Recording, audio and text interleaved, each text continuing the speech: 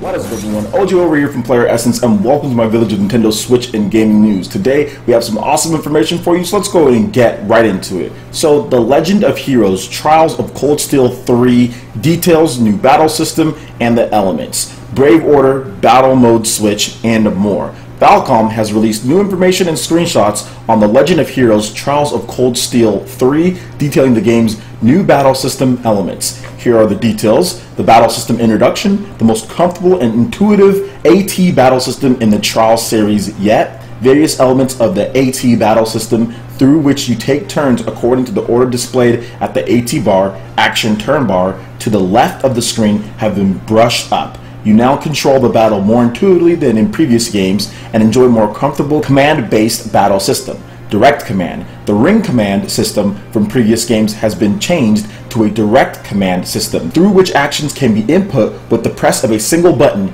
Each face button and D-pad key corresponds to a command, such as the circle button for standard attacks, the triangle button for crafts, the square button for arts, the X button to move, and the up D-pad key for an order. The left D-pad key for items, the down D-pad key to exit, and the right D-pad key to change battle modes for Juna. As for traditional commands, you can check combat links, which allow characters to cooperatively attack, and the lines that indicate them on the lower right of the screen. The high power techniques known as S-breaks also return. There's also seamless battles in this game as well. Previously, if you touched an enemy on the field or in a dungeon, it switched to a separate battle screen. But this time, battles are fought on the same terrain you travel. This can significantly affect your strategy depending on where you encounter the enemy, be it in an intricate labyrinth or on a map with differences in elevation, and so on. They also talk about switching battle modes, striker mode, gunner modes, and just different types of stuff. There's a lot of different things with this game, and I haven't covered it at all, really. I don't think I've ever covered this game, but I started researching it a little bit more. The Legend of Heroes Trials of Cold Steel 3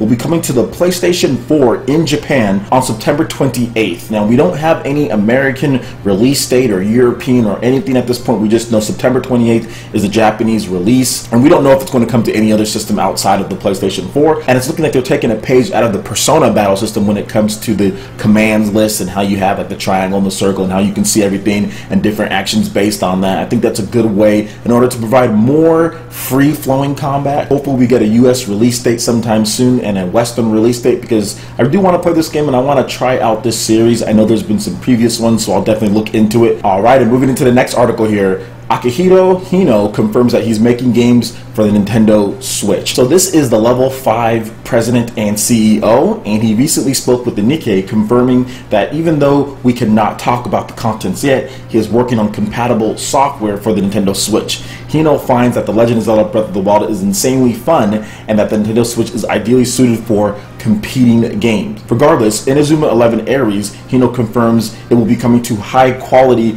game machines as well as smartphones. Hino is also thinking about Yokai Watch 4 and which direction to move the series in order to continue the game as a business in the future. Yokai Watch 3 sales were significantly down from Yokai Watch 2, although still at 2 million units, and the TV and anime is still successful, but Hino acknowledges he needs to make things more interesting with Yokai Watch 4. So let's talk about that just a bit, because yes, sales are quite down from Yokai Watch 2 to Yokai Watch 3, and I think that's just because of one of Pokemon. Pokemon came out, Monster Hunter came out, both in those same year, and it's just tough. You have those two games, a lot of Japanese portable gamers are playing those two games because you have Pokemon and you have Monster Hunter there. Also, you look at the Yokai Watch franchise and everything, and what have they done differently? Is there anything that they're improving to the balance of the game? Are they bringing anything more to the table? And maybe some thought that there wasn't as much that they brought when it comes to Yokai Watch 2 to Yokai Watch 3, or maybe even the setting moving over to America. Maybe that affected things somewhat. I don't know. I'm just throwing some stuff out there. But with Yokai Watch 4, it definitely needs to do something new. And I think new hardware can really reinvigorate the franchise. Now, it's going to be interesting whether they get to that hardware first. Which one of these trios of huge Japanese games, when it comes to Monster Hunter,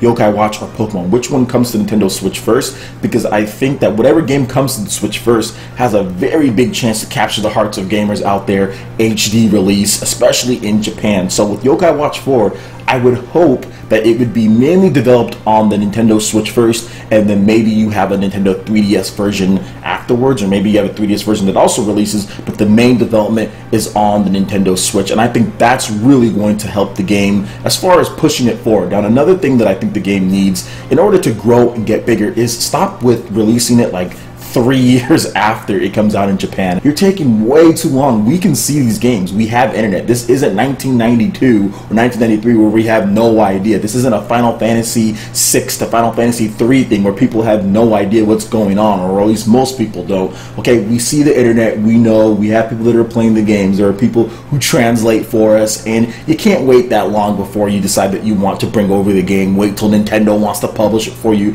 because you don't want to pay for it yourself. I mean, that's one thing that Level-5 really needs to start understanding. Do the publishing duties, get it translated, and get it out in the US in a timely fashion this time around. And I think that you're going to have a lot more success than you did, because by the time Yokai Watch came out, I was like, well, you know, I'm not even sure if I want to play. It's been so many years. They need to make sure that they gather worldwide excitement around the franchise at the same time. Not saying, okay, well, Japan only, all right, you guys wait a year, 2 years, 3 years. It's like, you're not going to build excitement and good sales, you know, for the game. It needs to be in a timely fashion. That's why Pokemon has started doing the worldwide releases now, and that's important. That's important to gamers. So hopefully they can do that with Yokai Watch 4, and I look forward to seeing what they do as far as Inazuma 11 and other games that they bring to Nintendo Switch. All right, and moving on to the next article here. The file size for ARMS is only about 2.2 gigabytes according to a listing on the EU eShop, and there were some people that were comparing it to Mario Kart 8 Deluxe, which is 6.75, and saying that it seems a bit small. But you do have to remember that Mario Kart 8 Deluxe has 12 racers on the screen,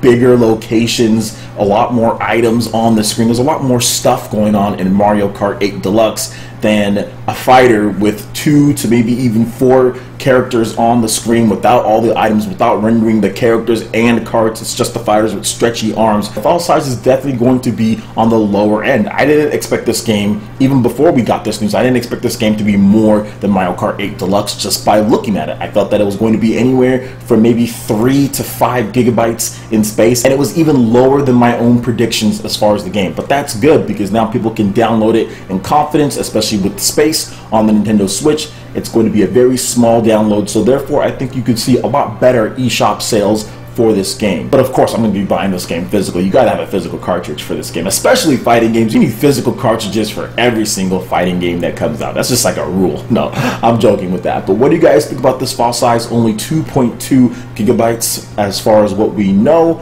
And ARMS, the Test Punch demo, is coming out this week, so excited for that, May 26th. So let me know what you guys think about that in the comment section below as well. All right, and moving into the last topic here, we're going to be discussing Pokemon Stars, my E3 predictions as far as what I think is going to be going down at this year's big show. Nintendo has a Nintendo Spotlight event that's going to be June 13th from 9 a.m. PT to 10 a.m. PT, maybe, as far as long as it could go. Could end a little bit before that, but either way, it's going to be a lot of fun with Treehouse Live and all of that. So I've been running down some of my things that I think is going to happen at the big show. And yesterday I talked about Animal Crossing coming to Nintendo Switch, and now we're going to talk about Pokemon Stars, what this game is going to entail, and kind of what we've heard about it. So let's run down everything in terms of the rumors first and foremost. So some people are saying that it's going to be some type of remake or extension to Pokemon Sun and Moon, similar to, like, let's say Pokemon Red, Yellow, Blue. You know how they came out with Yellow afterwards. They had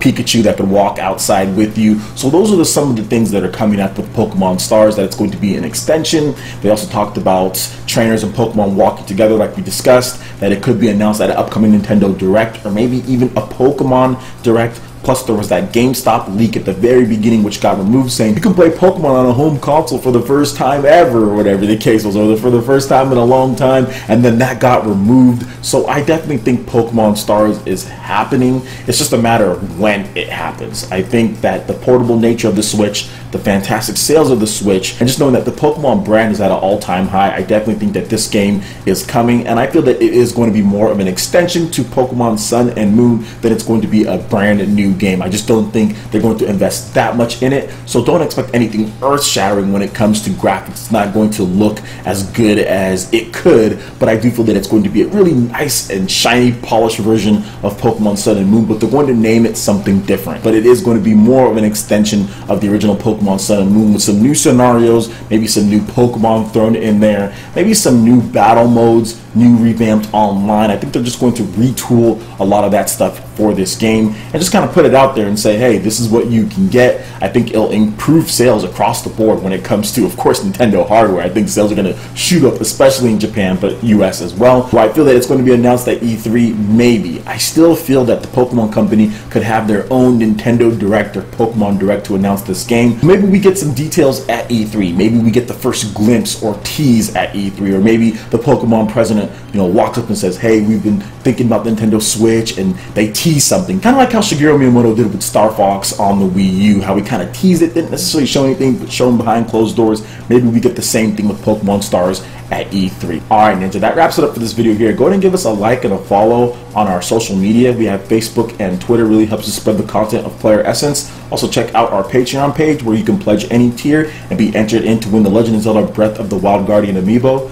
We have Discord voice chat, prize tournaments coming up for $10 eShop cards, and much more. So please make sure you support PE Arena and PE Live on Patreon with the link in the description below. Also make sure you hit that like button if you did like this video. Let me know you guys want more content like this going forward in the future, and subscribe to PlayerEssence for the latest news, reviews, discussions, and more. Thank you so much for watching, and we'll catch you, Ninja, for the next video. Peace.